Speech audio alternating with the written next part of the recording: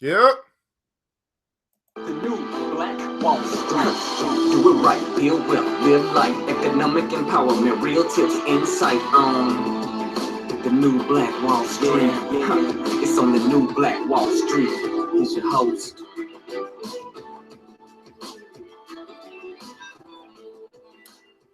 All right, good morning, good morning, good morning, good morning. What's going on? Hopefully you guys are doing well, man. This is ERGJ from ERGJ Enterprises, and we're back here with our new Black Wall Street Book Club, and we're going through the book, The 48 Laws of Power, and we're on day number or law number 5 today. So hopefully you've been keeping track. Of course, today's episode is brought to you by True Detergent. That's right, Black-owned and manufactured True Detergent. We're making free delivery here in the Atlanta area. This is a 101-ounce bottle for $15. It means 15 cents per wash. You can get it here by dialing 678-851-2400. That's right, 678-851-2400. Get your True Detergent delivered to your doorstep. True Detergent, make the switch. Good morning, Miss Robinson. What's going on, Connie? What's going on, Miss Bright? Miss Bright. I know what's going on. So here's the deal, man. Hopefully everything has been going well. You've been following along. You've been learning about the 48 Laws of Power. Now, here's what it is, guys. It is strategies. That's right, strategy. Everybody put in the comments below strategies. It's strategies to that you want to either learn to apply to your life or at least understand when they're being used on you. And that's why we're actually going through the book. We actually do have a scholarship drive going on right now through Friday, or actually through Thursday. So if you are getting any value out of what we're doing and you want to pay it forward to the kids, you can do that by clicking on the link above. I'm actually going to put it in the comments. What we're doing here is we are trying to make contributions to this scholarship drive from Delta Psi, and we want to be, as a village, we want to make the biggest contribution to help these kids go to school, pay for school, and go to school with the least amount of debt as possible. So for every dollar that you donate, my company, ERGJ Enterprise, is going to match that dollar for dollar, and we're going to write that check out. You'll see it. I'm going to put it on video and all that stuff. Write that check out to those to that organization so they can help the kids. That's right. Everybody say help the kids. What's going on, Justin? How are you? And then also, if you're interested in joining us, Club Millie, we're actually tomorrow and Thursday rolling out the plan for you to see the whole vision. Some people are like, hey, I need more information. Hey, I need more, those more information people, and that's fine. We're going to give you all the information that you need. And what we're doing is we're helping 1,000 people save and invest $1,000 this year. And so if you want to be one of those 1,000, you want to finally do something different and start learning how to make your money work for you, then you want to join us with Club Millie. That's right. Join us with Club Millie. It's only a $20 decision. So keep saying, if you can't make a $20 decision, you're not going to be prepared to make a $20,000 decision when we come across these opportunities. So you want to sign up for that so you can get all the information that you need. Or if you want to go ahead and join today, go to www.ergj.net. You'll find that there. You'll find the recommended read section where you can actually get 48 Laws of Power through us as well. And if we recommended it, we say, why not get it through us? What's going on, Connie? How are you? So 48 Laws of Power. Hey, I know you don't have a lot of time. I don't have a lot of time. Let's go ahead and let's get it. Law number 5. So much depends on reputation. Guard it with your life. So much depends on reputation. Guard it with your life. And I think Warren Buffett says that it may take you 30 years to build a reputation, but it only takes you 5 minutes to destroy it. It may take you 30 years to build your reputation, but it only takes 5 minutes to destroy it. Guard your reputation with your life. Somebody else says that. I don't know who says this, but your reputation, it precedes you. So it speaks for you before you even walk in the door in some places. So what does your reputation say about you? And what are other people saying about you because of your reputation? So guard your reputation with your life. Reputation is the cornerstone of power. Reputation is the cornerstone of power. Through reputation alone, you can intimidate and win.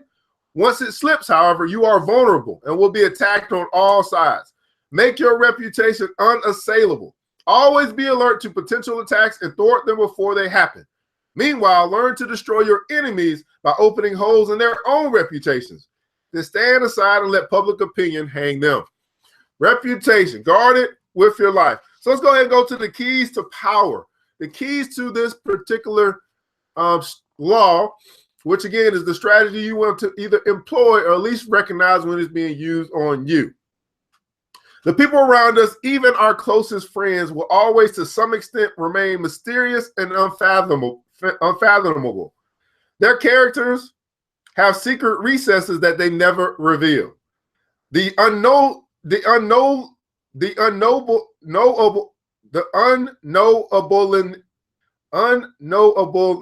I don't even know if this is a word. I think Robert Greene made this up. The unknowable, I can't even say it. The unknowableness of other people could prove disturbing if we thought about it long enough, since it would make it impossible for us really to judge other people.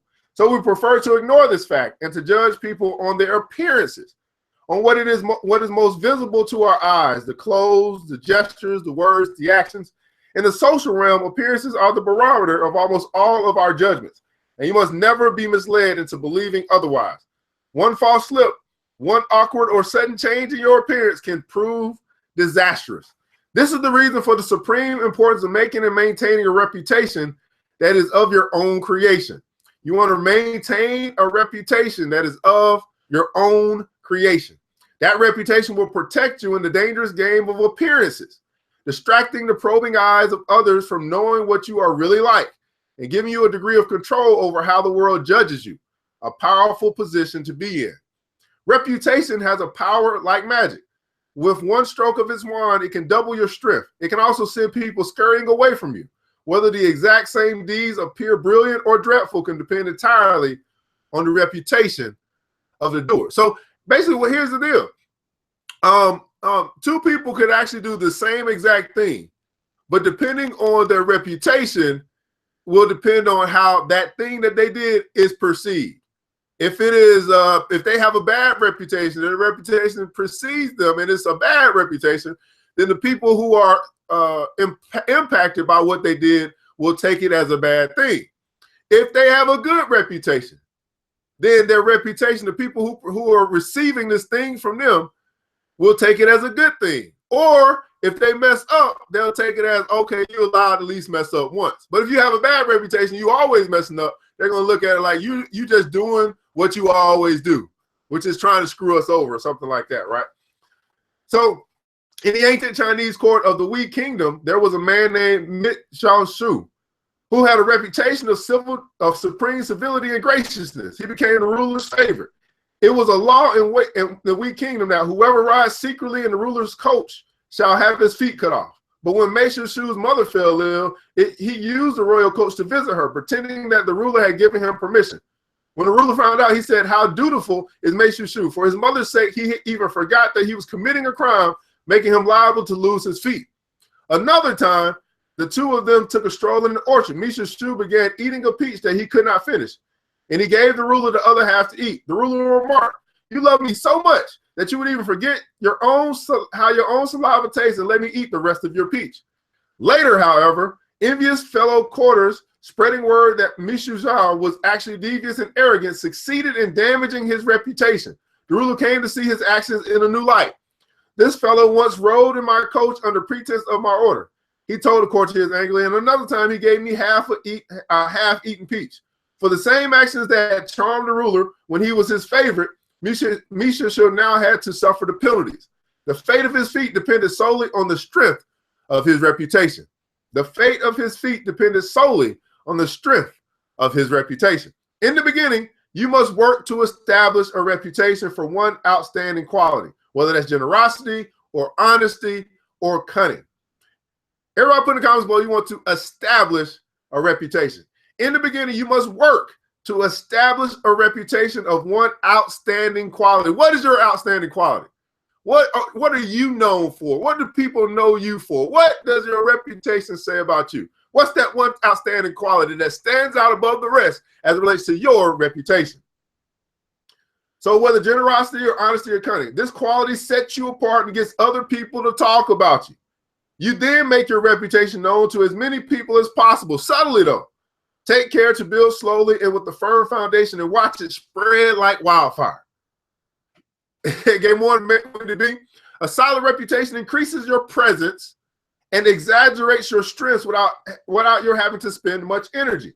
It can also create an aura around you that will instill respect, even fear. In fighting in the North African desert during World War II, the general The German general Erwin Rommel had a reputation for cunning and for deceptive maneuvering that struck terror into everyone who faced him.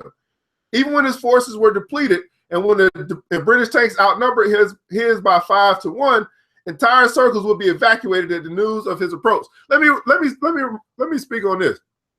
So think about like David and Goliath, right? Once David, slew Goliath, think about the reputation of David.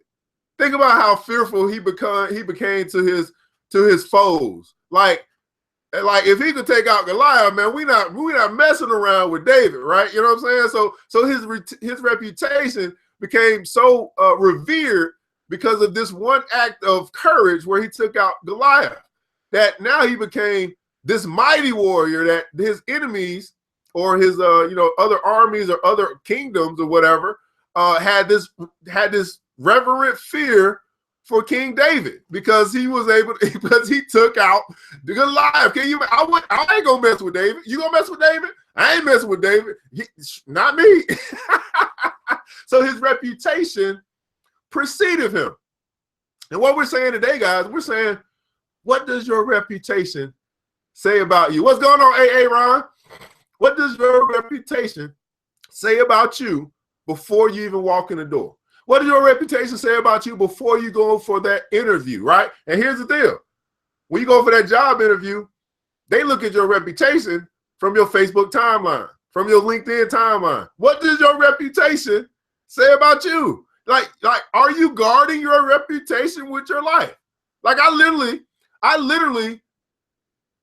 start deleting people who send me pokes and game invites. I literally start unfollowing people who have nothing positive to do about the movement of pushing forward the agenda. I literally do that, right? Because my reputation precedes me, and I understand that whom I associate with has a lot to do with how I am perceived.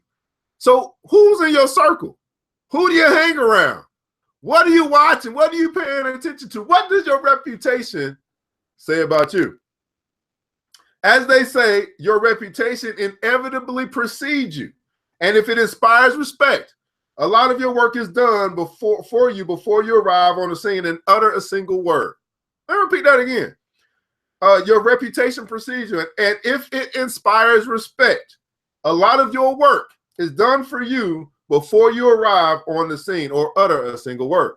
Now, this strategy, it's all about you building your reputation. You putting in the work to make sure that you dot every I, you cross every T on who you associate with and what your reputation, the perception of who you are says before you walk in the door.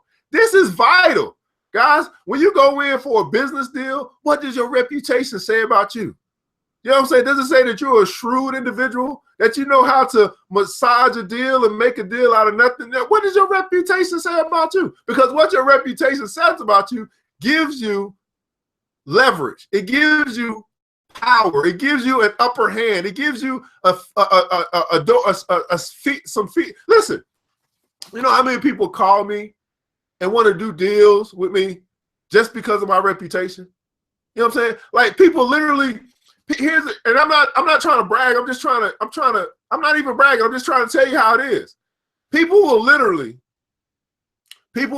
when I call, they'll literally stop what they're doing to answer the phone. Why? Because my reputation say if I'm calling about money. And they know they want to get some money, they answer my call. They don't ignore my call. They answer it because they know I'm calling about some money. That's what my reputation says about me. I get that all the time. Now, man, we're taking your call because you're talking about making some money. See what I'm saying? So that's just what it is. I don't know. That's what I do. I mean, I really don't pick up the phone unless I got an idea about making some money. I'm going to give you a call. I'm going to start talking about how we can make some money together. But what's your reputation? What is your reputation say about you? Now, they don't call me thinking I'm about to be like, hey, let's go to the movies or nothing. They know I'm about to call and talk about some money. That's just what I do. But what is your reputation? What does your reputation say about you, man? All right. Your success seems destined by your past triumphs. Your success seems destined by your past triumph. Whew. Much of the success of Henry Kissinger's subtle diplomacy rested on his reputation for ironing out differences. No one wanted to be seen as so unreasonable that Kissinger would not sway him. A peace treaty seemed a fait accompli as soon as Kissinger's name became involved in the negotiations. Make your reputation simple and base it on one sterling quality. Okay, so for those that are watching right now, I want you to think about your reputation. In the comments below, I want you to put that one sterling quality that your reputation is based upon. What is the one thing that stands out about you, about your reputation, not you, about your reputation, that stands out above the rest? That one sterling quality about your reputation. This single quality, efficiency, say, or seductiveness, becomes a kind of calling card that announces your presence and places others under a spell. A reputation for honesty will allow you to practice all manner of deception. Casanova used his reputation as such a great seducer to pave his way for his future conquest. Women who had heard of his powers became immensely curious and wanted to discover for themselves what made him so romantically successful. And they're still talking about Casanova today. Perhaps you have already stained your reputation so that you are prevented from establishing a new one. In such a case, it is wise to associate with someone whose image counteracts your own, using their good name to whitewash and elevate yours. Oh man, what a strategy. If you've already stained your reputation, you're a person that's known as a liar, you're known as a cheater, you're known as whatever, start to begin to associate with someone whose image counteracts yours, using their good name to whitewash and elevate yours. It is hard, for example, to erase a reputation for dishonesty by yourself. But a paragon of honesty can help.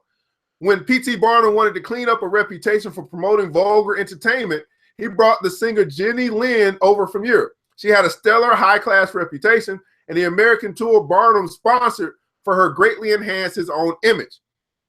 Similarly, the great, what's going on, Mr. Burton? Similarly, the great robber barons of the 19th century America were long unable to rid themselves of a reputation for cruelty and mean-spiritedness.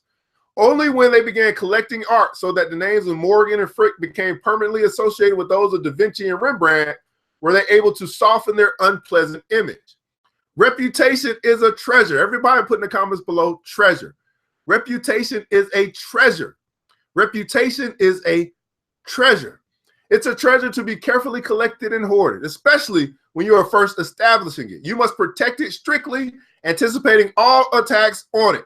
Once it is solid, do not let yourself get angry or defensive at the slanderous comments of your enemies. That reveals insecurity, not confidence, in your reputation. Take the high road instead, and never appear desperate in your self-defense.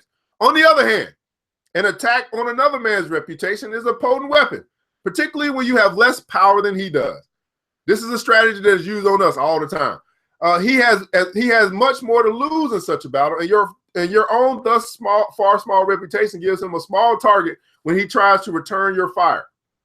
Barnum uses such campaigns to great effect in his early career, but this tactic must be practiced with skill. You must not seem to engage in petty vengeance. If you do not break your enemy's reputation cleverly, this will inadvertently ruin your own. Thomas Edison, considered the inventor who harnessed electricity, believed that a workable system would have to be based on a direct current, or DC. When the Serbian scientist Nikola Tesla appeared to have succeeded in creating a system based off of AC, or alternating current, Edison was furious. He determined to ruin Tesla's reputation by making the public believe that the AC system was inherently unsafe, and Tesla is irresponsible in promoting it. To this end, he captured all kinds of household pets and electrocuted them to death with the AC current. When this wasn't enough, in 1890, he got New York State prison authorities to organize the world's first execution by electrocution, using the AC current. But Edison's electrocution experiences had all been with small creatures. The charge was too weak, and the man was only half killed. In perhaps the country's cruelest state-authorized execution, the procedure had to be repeated. It was an awful spectacle. Although in the long run, it is Edison's name that has survived at the time. At the time, his campaign damaged his own reputation more than Tesla's. He backed off, and the lesson is simple. Never go too far in attacks like these, for that will draw more attention to your own vengefulness than to the person you are slandering. When your own reputation is solid, use subtler tactics, such as satire and ridicule, to weaken your opponent while making you out as a charming rogue. The mighty lion toys with the mouse that crosses his path. The mighty lion toys with the mouse that crosses his path. Any other reaction would mar his fearsome reputation. Now, here's the image, guys, as it relates to what we talked about today. Think about this. You want to imagine a mine full of diamonds and rubies. A mine full of diamonds and rubies. It's a mine, like a mine. A mine full of diamonds and rubies. You dug for it. You found it. Your wealth is now assured. Guard it with your life. Never take your wealth for granted and constantly renew it. Time will diminish the jewels' luster and bury them for sight. Time will, diamonds, you dug for it, you found it, and your wealth is now assured. Guard it with your life. Robbers and thieves will appear from all sides. Never take your wealth for granted. Never take your wealth for granted. So never take your reputation for granted either.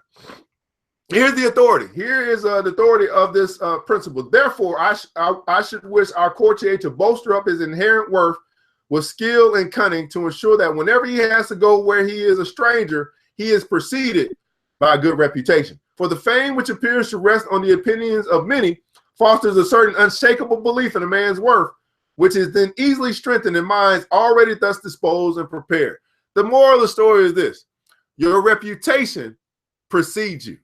Guard it with your life so that it actually walks in the door before you and puts you in a position of power. That's right. Your reputation can put you in a position of power if you've built it and you've worked it to a place where it is done honored or it's revered. It's that one single quality that speaks out about you more than any other. So again, this is law number 5 from the 48 laws of power, guys. Again, so much depends on your reputation. You want to guard it with your life. That's right. You want to guard it with your life. And so I want to thank you guys so much for tuning in today on our 48 Laws of Power. This is the New Black Wall Street Book Club. And again, if you've gotten anything from today and you feel like, hey, I want to go ahead and pay it forward, well, you can do that by making a donation, no matter how small or big, to the scholarship drive. Now, here's the deal. Every dollar that you donate, ERGJ Enterprise is going to match that dollar for dollar, and we're going to make sure that we make a contribution from the village to the kids that are going off to college. These are scholastic kids, right? They got the education, they got the mind, they just need a little bit of capital. That's right, they just need a little bit of capital, need a little bit of help from the village. And so we're going to do that, and we're going to be taking donations through Thursday, so feel free to make a donation. We've already got some beautiful souls that have made a few dollars, and we're going to match that. So if you find it in the kindness of your heart to do something for the kids, then you can do that. You can join and partner with us as we move forward. And then also, we got the Club Millie presentation coming out Wednesday and Thursday of this week. If you haven't signed up, I think there's a few seats left, so you can get all the information that you need to know about Club Millie, where we're going to help 1,000 people save and invest $1,000. This year, I want you to walk out this year being an investor, learning how to make your money work for you. Well, it's ERGJ from ERGJ Enterprises, founder of the New Black Wall Street. And I want to say this, guys, that you got the power. It takes a village, but it starts with us. Let's build as we climb together. The New Black Wall Street. Thanks you for joining the show. We gave a lot of great tips, but it's time to go. Take the knowledge we shared, hope you use it and grow. We'll see you all there in the next episode of The New Black Wall Street. The New Black Wall Street.